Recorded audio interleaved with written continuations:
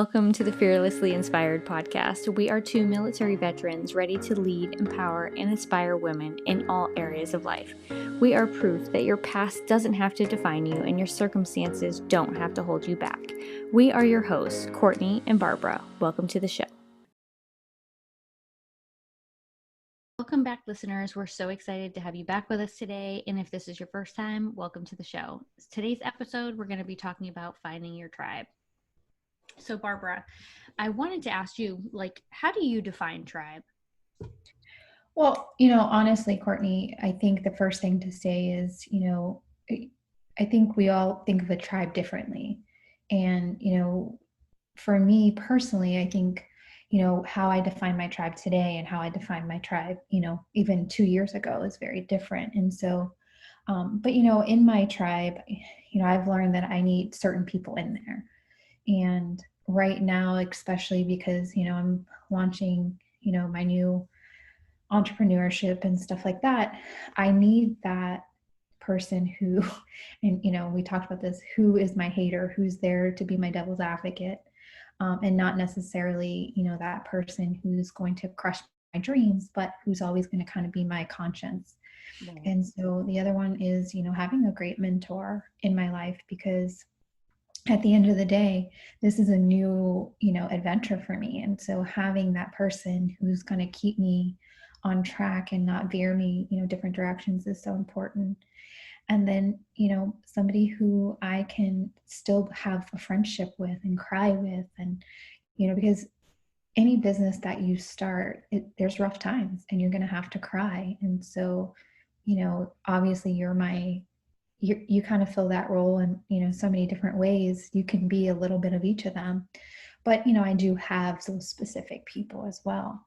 And so that I kind of look at that as, just having a real diverse group of people who kind of have a common goal for you. No, absolutely. And, and when she says hater, I don't think I don't think you mean like somebody that is like the downer of all your dreams and goals. Oh, for sure. Because, the hater, and obviously, me and Barbara are both haters to each other, just meaning like, hey, let's play devil's advocate here. Let's work through this. Maybe that's not a good idea. Maybe you're rolling down the wrong avenue here, or you're jumping in head first into something that we haven't really given a lot of thought to. And, you guys both know that me and Barbara are multi-passionate entrepreneurs. So our hands are always in a million different things. So sometimes we have to be like, okay, what's the priority here? And so I think that's really what we're talking about when we're talking about devil's advocate, the hater. And I think we listened to the same podcast, because this was in the work party podcast. And so I really liked how she did that. But no, I think you're right. You definitely need a mentor, and it's weird because I think we had this conversation like a month ago, and I was like, oh, do you have a mentor, or who's your mentor? And, I discovered who mine was. I have a coach and, somebody that I follow. And, but, thinking about it, when I was thinking about it, I was thinking about like mentor military wise, and any mentor that I had in the military was always a male. Right. Which is super weird, right?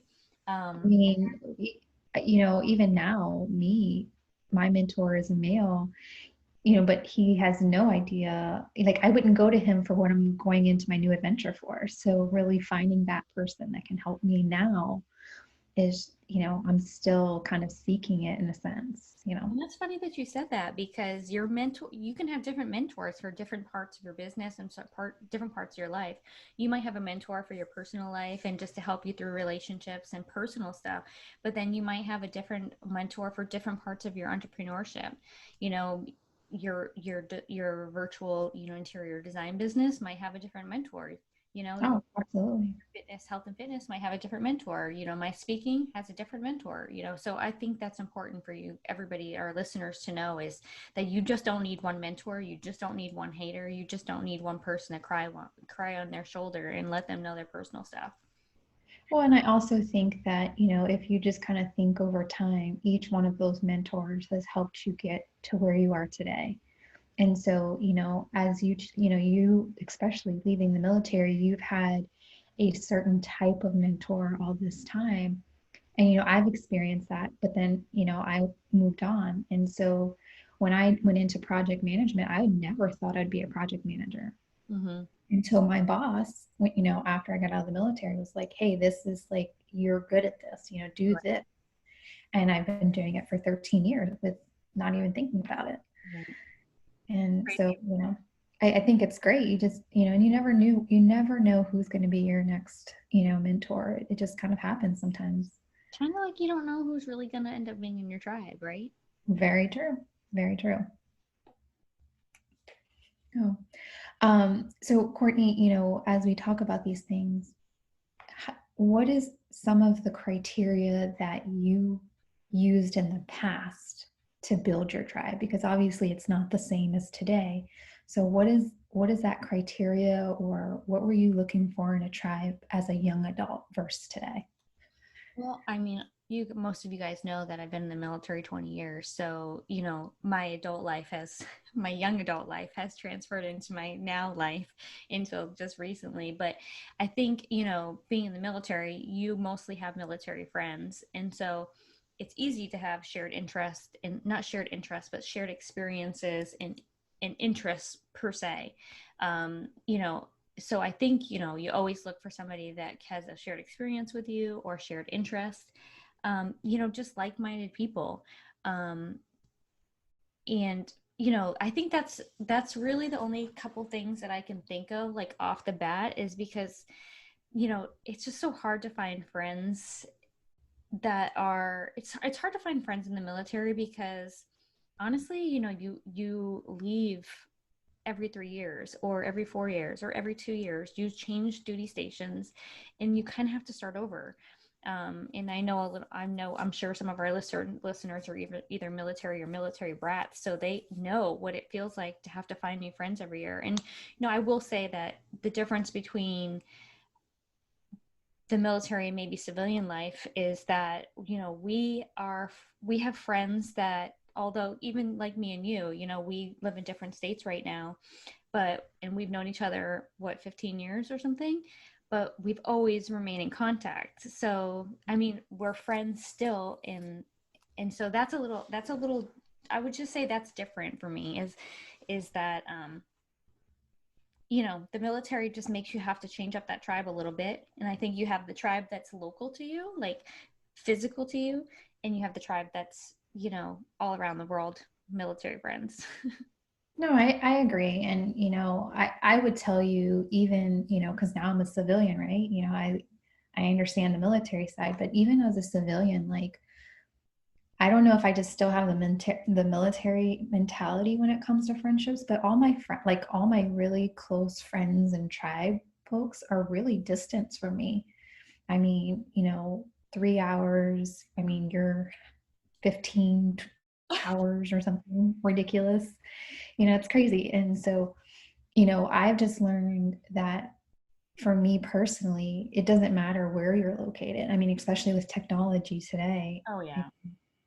And I mean, for God's sake, me going into a virtual business is just crazy anyway. So, but that's just I mean, network marketing in general. I mean, you're virtual most of the time. So you're dealing with people from all over the place. So having a tribe makes sense. That would be, not necessarily near you either. But, Yeah. for me personally, I think the criteria that I used to use when I was younger and less experienced was, who is my yes man? Who's going to be in my corner, and, they're going to tell me, oh, yeah, that's a great idea because that's what I wanted to hear. Right. Where now I'm completely opposite. I need somebody who's going to tell me, hey, you need to rethink that, Right. or maybe, you need to take a different approach. And, I think when I was younger, I thought, oh man, I need to be the smartest person in my tribe. Mm-hmm. Where today I'm like, no, I need to be like the least smartest person in my tribe so I can continue to learn and grow. But, I think, we had this conversation already, but, it's funny because we're out there looking for that person who can be our mentor or, better us in our tribe. But we have to remember that there's people like us looking for people like us. Right. And so, you know, because they need that other person in their tribe too. And so it's like this intertwining, you know, circle of people.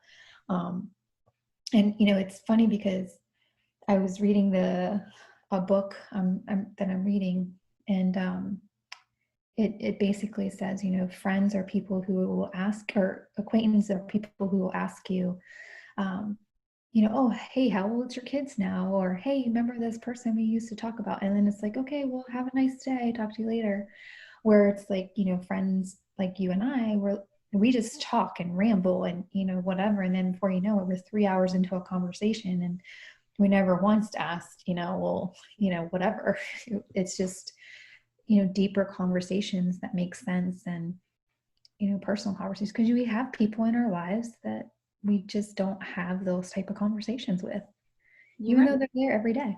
Yeah. And you know what? And I think some people, and maybe a lot of people have that person in their tribe that's the uncomplicated one, the one, that maybe just is like, yeah, yeah, that's a good idea. Yeah, yeah, that's a good idea. And they just have uncomplicated conversations, and like they don't have to dive deep, you know what I mean? Because sometimes, our conversations get really deep, and, and we are very vulnerable with each other, and being vulnerable is uncomfortable for some people. And so having a friendship that's simple and uncomplicated may be what some people need, until they're at a point in their life where they're ready to grow into somebody else, who they're supposed to be.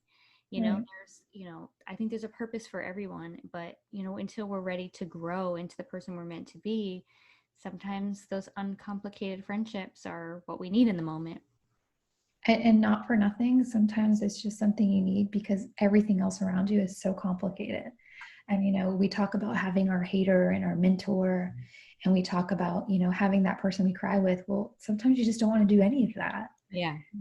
And it's just, you need that simple life of, hey, let's just go sit in the sun and not say anything, you know? Sure. Or just have an uncomplicated day. Uncomplicated day, Barbara. And like, let's not talk about anything, you know? Yeah. I'm not sure that that will work with you and I, but we'll try it someday when you live closer to me. Right? And so, Barbara, what do you look for now in those friendships or in those tribe members? You know, honestly, it's complete opposite for me now, Courtney. The I look for very diverse people. And you know, I kind of touched on it a little bit, but you know, I look for somebody who's not my yes man. I look for somebody who's very authentic, who's going to give me an honest opinion and not just something I want to hear or say. Mm-hmm. And you know, I have somebody in the back of my mind who, you know, we've been very close for a really long time, and you know, it's been a rough road because, you know, we've went from being the yes people to, you know, I turned a corner and I was like, well, we can't always say yes, Mm-hmm. you know, let's be honest with each other. And then, you know, that friendship kind of broke up a little bit. And then I think over time, now we're back to a place where we need to be authentic. And you know, she calls me out on my stuff and I call her out on her stuff. But you know, I think that there are people that will remain in your life, and as each of you grow, you know, you cut those corners and turns. But at the end of the day, you know, for me, I don't look for somebody who's going to be my yes man anymore. I need somebody who's going to be as freaking authentic as possible, if anything. Right. So And I agree with that. You know what I mean? Like, not only like authentic in, telling you what you need to hear, but I definitely look for somebody who's authentic with who they are. You know what I mean? Like, they're not fake, they're honest, they're able to be vulnerable and show who they truly are, because at the end of the day, we can see through fake and inauthentic people. And I don't need the highlight reel of your life. I need the real, like, you know what I mean? Like the real right, perfect person. That's who I right. want in my tribe. I don't want it to be fake and all smoke and mirrors. I want it to be real. Like I want, That work in progress person. yeah, because I'm a work in progress, and so that's what I need, is somebody that is like minded, and I also like somebody that's driven and goal oriented. because I'm driven and goal oriented with a splash of procrastination, but I'm driven and goal oriented, you know, like I know what I want and I'm ready to go get it. And, you know, and we didn't talk about this before, but I think that you want people in your tribe who are going to clap for you and support you and push you to accomplish your goals and dreams as almost like as if they're theirs. And you should be doing that to them. Absolutely. And, I know we did kind of touch on this and we kind of were joking about it, but, you made the comment, if you really want to know who's in your support corner and who's going to be your cheerleader, you know, join a network marketing company. And Yeah, so, sure. you And know, and we said it jokingly, but it's so true. it is true because, you know, like I think people in business and you network marketers out there can say that, you know, vouch for this, is that when you join a network marketing company, you think your friends and family are the first people that are going to support you and be like, yes, you can do this. When in fact, they're your first haters. They're like, oh, this is such a pyramid scheme. This is dumb. Like, give her 2 weeks and she'll be done. You know what I mean? Like, so if you want to know who's loyal in your family and who's loyal in your tribe, just join a network marketing company. And Absolutely. that's the sad truth of it. You know, and there's, you know, let's caveat that with, like, there's nothing wrong with a network marketing company. It is hard work. You know, it takes, you know, a special person and Absolutely. to do 100%. it, you know. And you know, some companies, like, we can, you know, some companies are giving you bad guidance and bad mentorship, and then they're the ones that are jumping in your inbox and you're giving the eye roll because they're like, hey girl, you know. Right. And, just speaking on that, and I know that, you and I have had this conversation on multiple levels, in multiple occasions, is, what I, often see with a lot of network marketing companies is that, you know, they become each other's tribes, that they surround themselves by just other people within that network marketing company. And, for you and I, we have done the complete opposite. We found like that one or two people within that network marketing company that is in our tribe. But in order to grow and just learn from everyone else's experiences and other network marketing companies, you need to have those people in your tribe, and not all tribes, each one of you could have multiple tribes, Like you have one. we kind of And mentioned, is like you can have a tribe for life and you can have a tribe for business, and you right. know. And even in business in general, you may have a couple, Mhm. depending on what you're trying to venture down. So, um, absolutely. I just wanted to kind of point that out that, if you are in a network marketing company, don't feel like you only can So, circulate with those people. Like, go outside of it because there's so much growth out there to be had. and that includes networking with other companies and, you know, other entrepreneurs, even even like non-traditional entrepreneurs, you know, like people that are own brick and mortar companies who are in different types of sales. You know what I mean? Like, if you're in business and you want to expand and you want to grow, you need to surround yourself with people that are doing what you want to do. And Absolutely. I think that's the simple thing. And it doesn't have to be in your company. Like, think out the box, people. Like, think out of the box. And if you want to grow and you want to do big things, then you got to follow people that do big things. And it doesn't need to be in your company. Absolutely. I mean, this week alone and next week, I'm in the vendor expo with people I have no idea who they are. And they're just different vendors and different, entrepreneurs out there who are really trying to grow their businesses. And we just all came together and, we're doing this virtual expo together. It's awesome. Right. That's cool. So, you know, when we talk about finding your tribe, you know, we probably all can look back and talk about first impressions and maybe the first impression on how you met some of the people that are closest to you.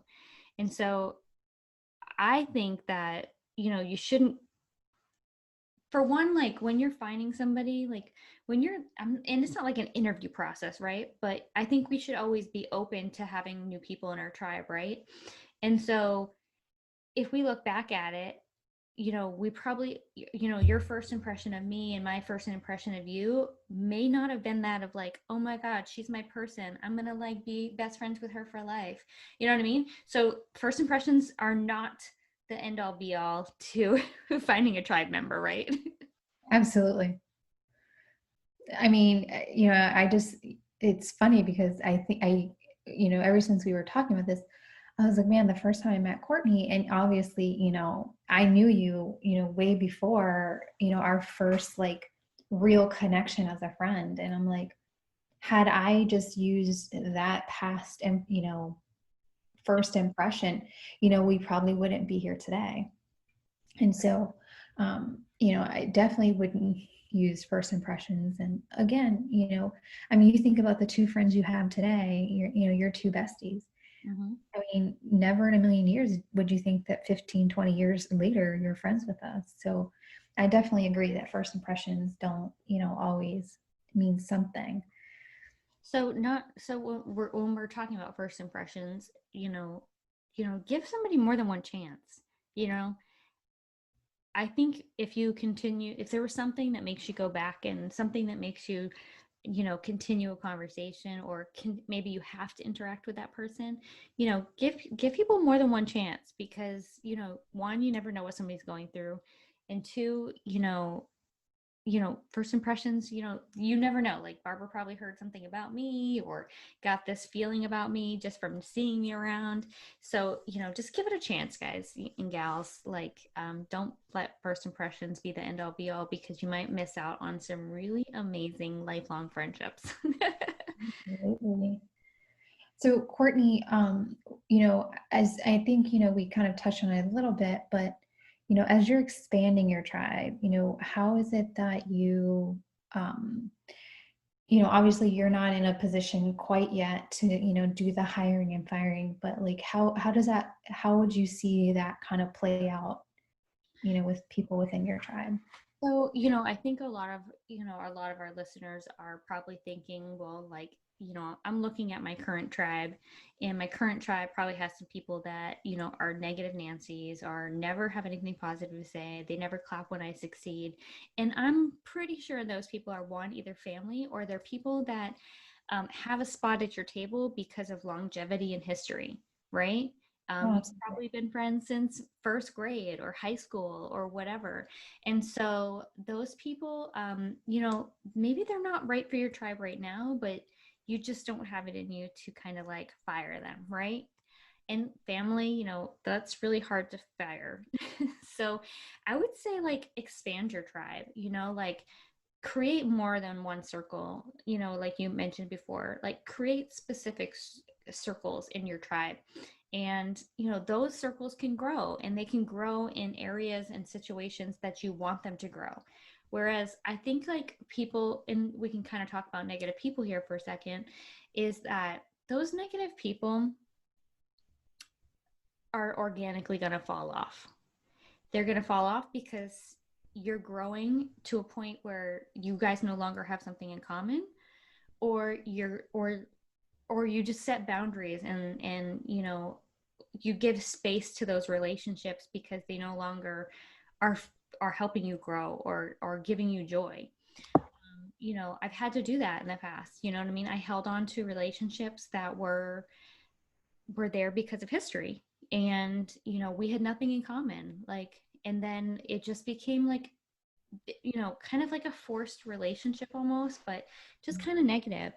And I didn't let it go organically. I kind of put some boundaries up, and those boundaries kind of organically just grew, and to the point where they're not really part of my tribe anymore. And that's okay, because some people want to grow, and some people don't, and some people you're just going to grow past and grow out of, just like clothes, or clothes, you sometimes grow out of shoes or clothes.